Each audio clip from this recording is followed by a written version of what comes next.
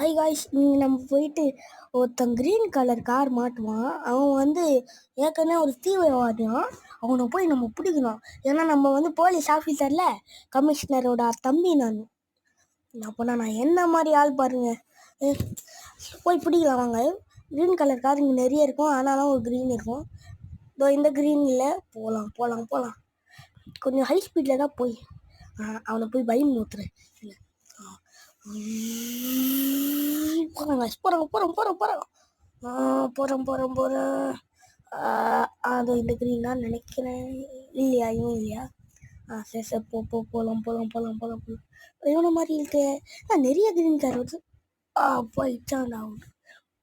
என்னடா இது ஆக்சிடென்ட்லாம் நடக்குது? என்ன இருடா ஒன்று வரேன்டா. நீ தான்டா அது?